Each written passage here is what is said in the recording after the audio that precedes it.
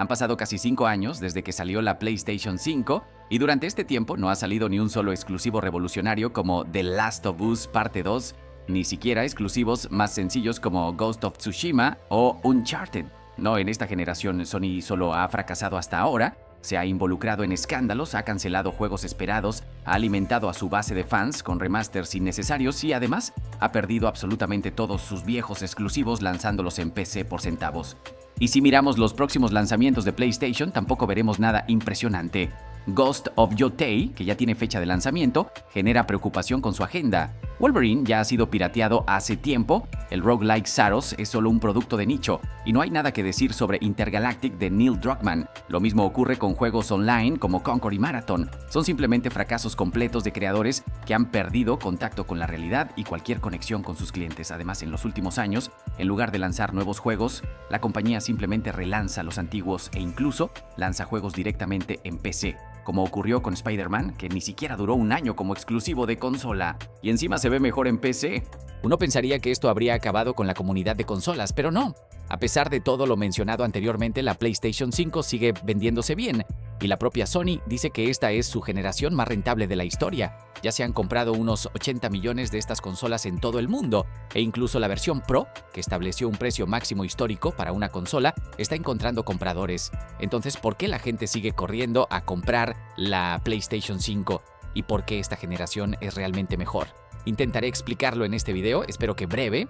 Para entender qué tiene de especial la PlayStation 5, vale la pena refrescar nuestra memoria y recordar las generaciones anteriores de Sony, especialmente porque la gente constantemente se refiere a la era de PlayStation Train, afirmando seriamente que los exclusivos eran más sabrosos entonces y la compañía era más amable. Pero lo cierto es que nuestro cerebro tiene esto llamado distorsión retrospectiva, cuando con el tiempo los malos recuerdos se olvidan y comienza a parecer que nunca pasó nada malo. En su lugar aparece la nostalgia. Nostalgia por tiempos en que todos éramos más jóvenes, la vida era más divertida, etc. Así que, hablando de PlayStation 1, esa generación fue puramente promocional. Sony invirtió enormes cantidades de dinero en publicidad y exclusivos, sin ganar realmente nada y simplemente trabajando en el futuro de la marca, desprestigiando a las marcas competidoras.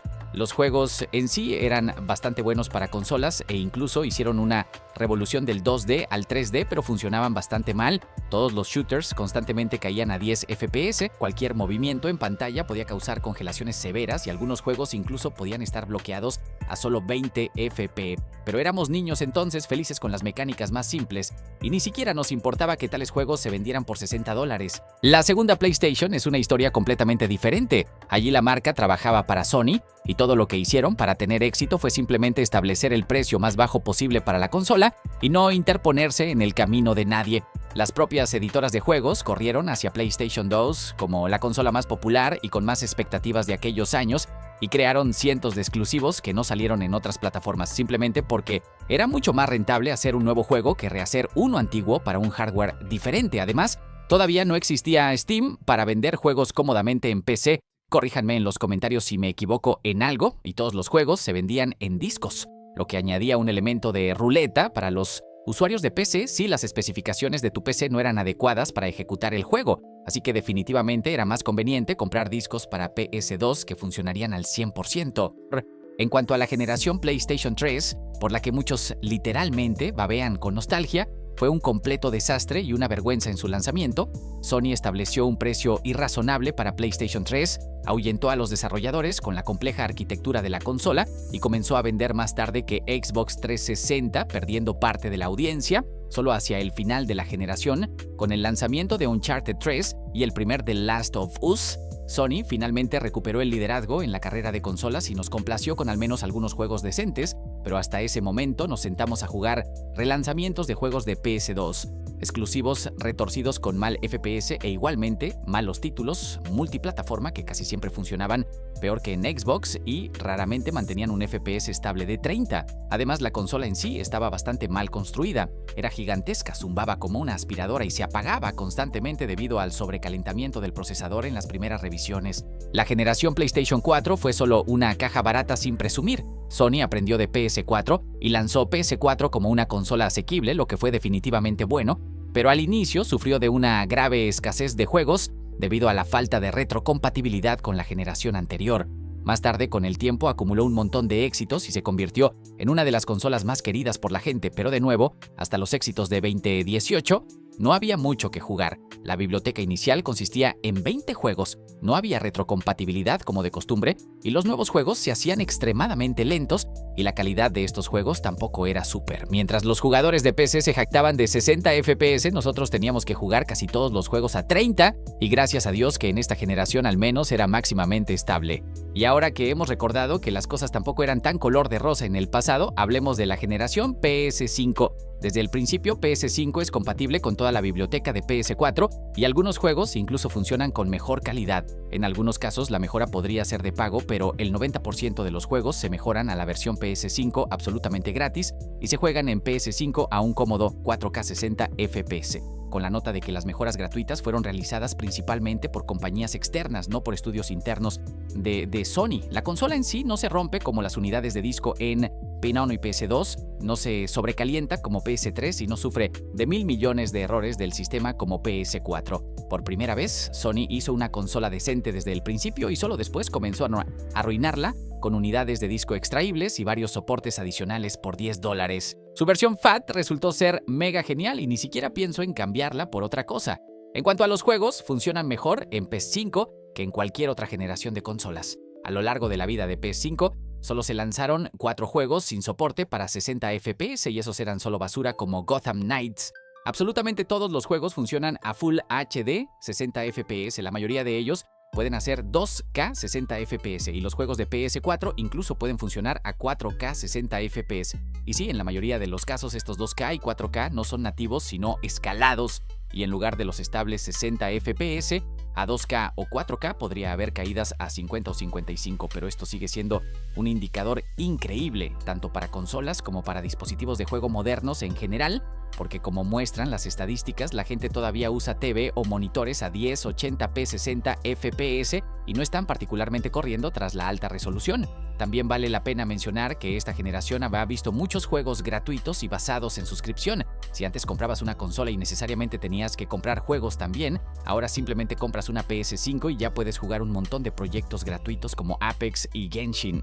Y si compras una suscripción anual al precio de un juego AAA, ya tienes una biblioteca de 500 juegos, incluidos éxitos como God of War, Ragnarok y el primer Death Stranding. Anteriormente nos sentábamos y nos alegrábamos por 2 juegos mediocres en PS Plus y simplemente nos mojábamos de felicidad cuando nos daban algún AAA de 3 años, pero ahora lanzan juegos como Hogwarts Legacy en la suscripción mensualmente y a todos absolutamente no les importa y solo se quejan. De hecho, lo único que le falta a la quinta PlayStation son juegos de la propia Sony. Existen, pero quieres más de ellos y quieres que sean mucho más geniales que lo que había durante la era de PS4. Posiblemente hacia el final de la generación, como suele ocurrir, nos complacerán, pero aquí y ahora hay un cierto déficit de juegos de PlayStation y realmente me gustaría que Sony simplemente continuara haciendo buenos juegos para un solo jugador en lugar de experimentar con online. En cuanto a los competidores de la quinta PlayStation, simplemente no hay ninguno en esta generación. Xbox Series parecía empezar bien, pero se atragantó con la compra de Activision Blizzard y ahora todos los juegos de Xbox están saliendo en PS5, lo que anula completamente cualquier competencia. Xbox sigue siendo una buena consola, con un precio más asequible y una suscripción Game Pass mucho mejor, pero tomó un camino diferente al de Sony, por lo que compararlos es incorrecto en mi opinión. Como comparar un coche con una motocicleta, ambos son transporte pero para diferentes propósitos. Nintendo también lleva mucho tiempo centrándose en juegos familiares y ha perdido completamente el interés en el mercado más adulto después del éxito de Switch. Su nueva consola ciertamente puede pretender ser algo similar, especialmente considerando el exclusivo de Duskbloods, pero saldrá solo en 2026. Y hasta entonces no está del todo claro cómo planea Nintendo competir con la Steam Deck y otros dispositivos portátiles. Después de todo, entre los juegos de lanzamiento para Switch 2 hay un Yakuza de 8 años y un Final Fantasy de 5 años y también están muy ajustados con exclusivos. En 2017 lanzaron los geniales Mario Odyssey, Smash y Breath of the Wild, pero desde entonces solo han estado parasitando en sus propios juegos viejos sin lanzar nada nuevo. Pero comparar PS5 y PC es ahora extremadamente difícil, especialmente considerando que han aparecido varias redes neuronales con las que puedes ejecutar juegos modernos, incluso en hardware no tan potente que además a menudo cuestan menos durante las rebajas. Por un lado, PS5 es una cosa ultra accesible que cuesta menos que una tarjeta gráfica normal y funciona al nivel de un ordenador de gama media. Al mismo tiempo, no necesitarás lidiar con la configuración del juego y todo lo que necesitarás para jugar cómodamente es simplemente descargar el juego y jugar. Pero por otro lado, PC tiene la tienda de Steam, juegos familiares de grindeo como Dota y CS y en general absolutamente todos los mismos juegos que en PlayStation, más exclusivos de PC, mods para ellos y un montón de cosas viejas. Ahora, en 2025 la situación cambiará ligeramente y varios juegos interesantes saldrán en PS5. Se lanzarán Death Stranding 2, Ghost of Yotei y por supuesto, la muy deseada sexta parte de GTA.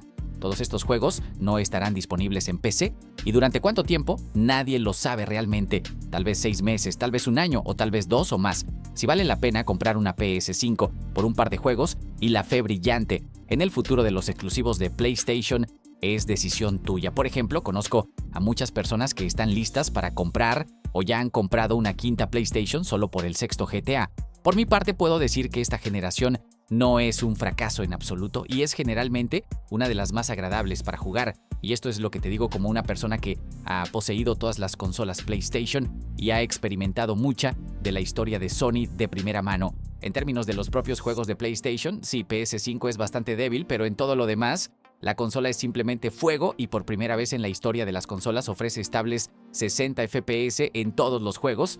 Así que si quieres jugar a juegos de vanguardia, sin complicaciones, te interesan los juegos de PlayStation y no te asusta particularmente la necesidad de comprar juegos, a veces incluso en otras regiones. Entonces, no veo ningún problema en probar la quinta PlayStation, especialmente porque el periodo más interesante de su vida todavía está por delante, aunque esto no anula las decisiones a menudo estúpidas e incluso destructivas de la dirección de la empresa, como el segundo aumento de precio de la consola dentro de una generación, el lanzamiento de la versión Pro con un enfoque en redes neuronales al doble del precio de la versión básica, o la cancelación de juegos en desarrollo, lo que definitivamente genera preocupaciones sobre PlayStation 5. Sin embargo, hablaremos de esto en otro video. Si miramos solo la consola, es una de las mejores PlayStation de la historia que ahora se puede comprar sin escasez en cualquier variación y configuración. Y si tienes algo que añadir, escríbelo en los comentarios y gracias por ver. Nos escucharemos en los próximos videos.